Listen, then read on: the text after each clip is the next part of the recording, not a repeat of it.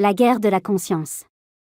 Les forces des ténèbres et de la lumière se livrent une bataille pour le contrôle de cette planète et de la conscience humaine, ainsi que pour le contrôle de l'utilisation du corps humain et de l'ADN. Récemment, la guerre spirituelle s'est intensifiée dans le paysage mondial, et les personnes éveillées qui sont connectées au corps de conscience planétaire sont capables de ressentir la pression intense que nous subissons. Alors que cette bataille fait rage dans les plans interdimensionnels, et pour l'instant, cachée aux médias grand public et à la conscience de la plupart des gens, de réaliser que les événements qui transpirent dans le monde impliquent une guerre massive pour le contrôle de la conscience sur cette planète. Les acteurs sont humains et non humains, et impliquent la hiérarchie de contrôle qui s'étend bien au-delà du mécanisme de contrôle planétaire de l'élite du pouvoir.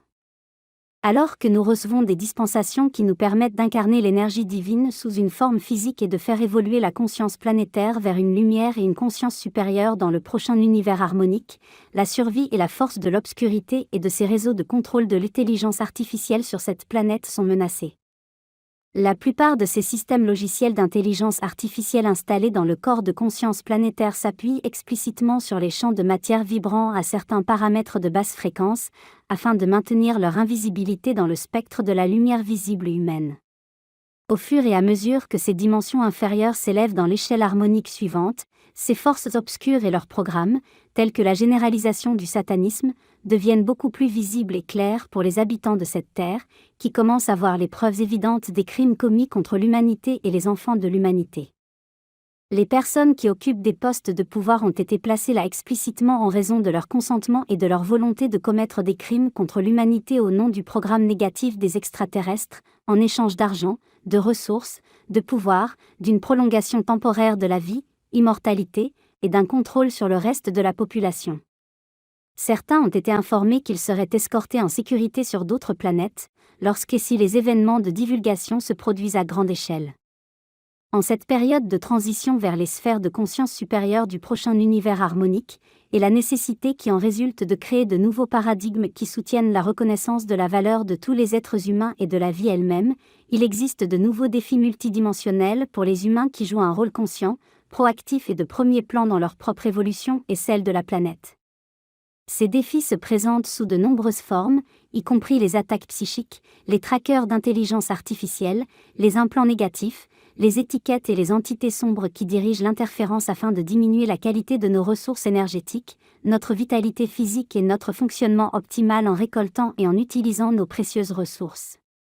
Cela supprime notre capacité à percevoir les réalités plus grandes de la vérité et à vivre le potentiel maximum de notre âme en expérimentant l'accomplissement spirituel, la souveraineté et la liberté sur le plan terrestre.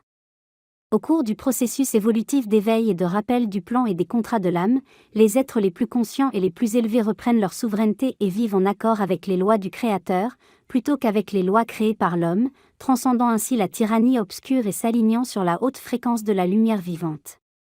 En vivant dans la lumière, ces humains, par leurs actions, influencent et guident les autres vers la lumière et la vérité, augmentant ainsi de manière exponentielle le pouvoir de la lumière et de la vérité dans ce monde, et diminuant le pouvoir du contrôle tyrannique que l'obscurité utilise pour maintenir les gens dans l'esclavage et la servitude. Ceux qui s'éveillent pour se rappeler qu'ils sont des êtres de lumière multidimensionnels et qui font partie du réseau collectif Starseed sur cette planète ont tendance à être les cibles de ces forces obscures et de leurs technologies, telles que les méthodes utilisées pour le harcèlement électronique.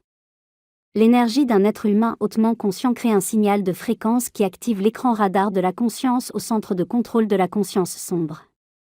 Une fois sur l'écran radar des ténèbres, celle-ci place une étiquette, un artefact, une attache ou un cordon sur l'être éclairé afin de le suivre et de déterminer s'il représente une menace pour la survie de l'esprit prédateur de l'ego et le type de conscience de soi que les ténèbres représentent en tant que conscience.